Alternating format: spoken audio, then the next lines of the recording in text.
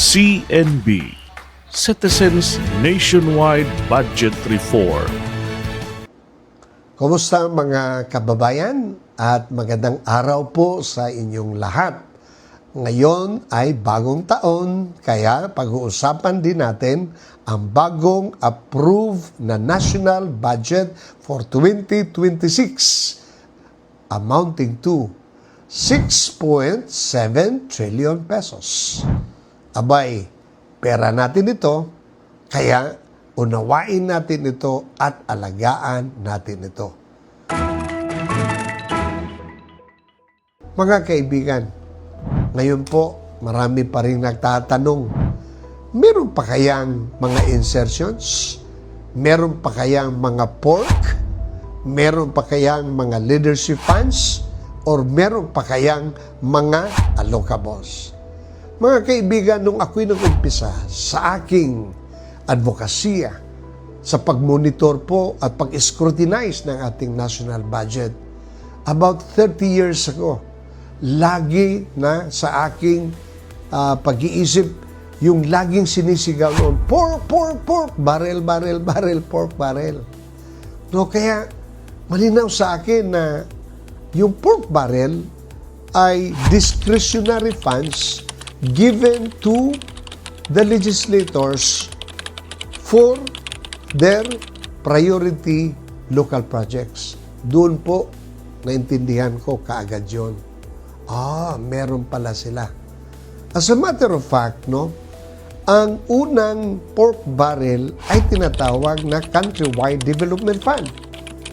It was during the administration of President Cory Aquino in 1986 to 1991. The CDF was established in 1990, a year before she ended her administration. Sa pagpatuloy noon,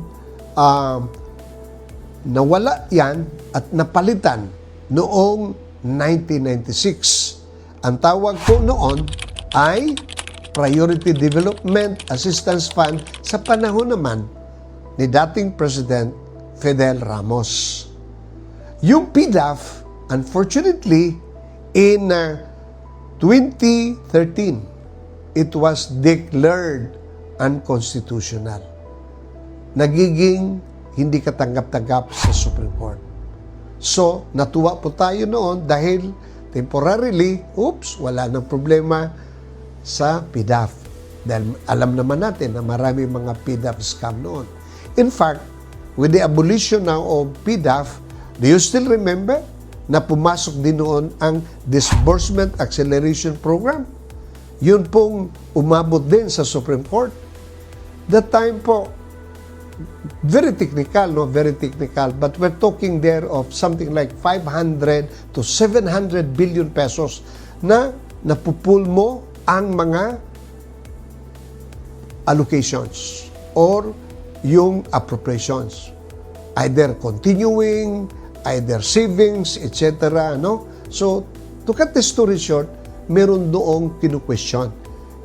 Nagiging questionable dahil meron mo 500 to 700 billion per year nagagamit na hindi dumaan sa approval ng both houses sa House of Representatives at saka sa Senate. Kaya nagiging unconstitutional din. Ganon noon ang ating mga early experience. Pero as we went along with the rest of the administrations, marami din naman tayo mga geniuses sa budget, no? Kaya lumabas din yung tinatawag na leadership funds. So, alam natin na meron tuloy-tuloy pa rin yung pork barrel. At ngayong bago, lately, ito na yung nangyayaring mga allocables. Nagiging systemic na ito, no? Nagiging system na talaga. And to complicate, meron pag-insertions. So, pagdating ng budget season, ayun, nakakaproblema. Kaya ang tanong nga, paano ba actually nangyari ang mga insertions? Di ba? Ang insertions ay dalawang klase yan na approach. No? Halimbawa, kung magpadagdag ng budget or pondo or allocation or appropriations na lahat ay makikinabang at lahat ng mga legislators makakaroon ng funding for their local projects. Ang tawag doon ay congressional allocations. No? Allocation yung para sa lahat. Ngunit, nasisira din dahil meron din magagaling na mga iilan dyan na talaga nakakaintindi sa budget. So, meron silang tinatawag na congressional initiative. Yun, nagkakaroon na naman ng maraming questionable na mga allocations or appropriations. So, masalimuot actually, no? But the problem is, nangyari na hindi natin alam at hindi naman din natin binigyan ng importansya. Ayaw naman nating makikigulo. Makikigulo ka ba? Ang tawag doon, kung atin naman ang karapatan, dahil ating kinabukasan, ang atin dapat tinitignan. Kaya nga, para sa akin, no, kasalanan din natin na mga voters. Naintindihan ko po dahil ako'y nagiging mayor.